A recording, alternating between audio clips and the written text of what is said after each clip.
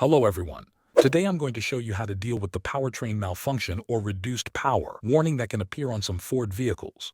First, when you see the warning and the power is reduced, do not panic. You can safely drive slowly to a safe area or a garage. One of the easiest first steps is to restart your car.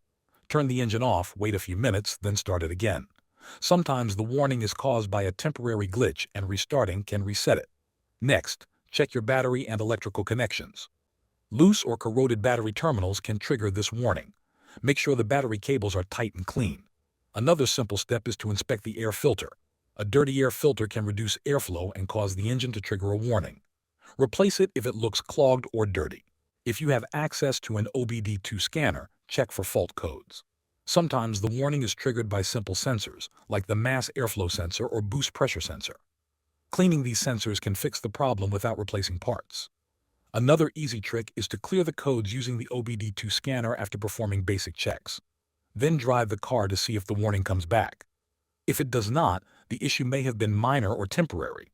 If these easy fixes do not work, the problem might be more serious, like issues with the transmission or engine components, which will need professional attention. Thanks for watching.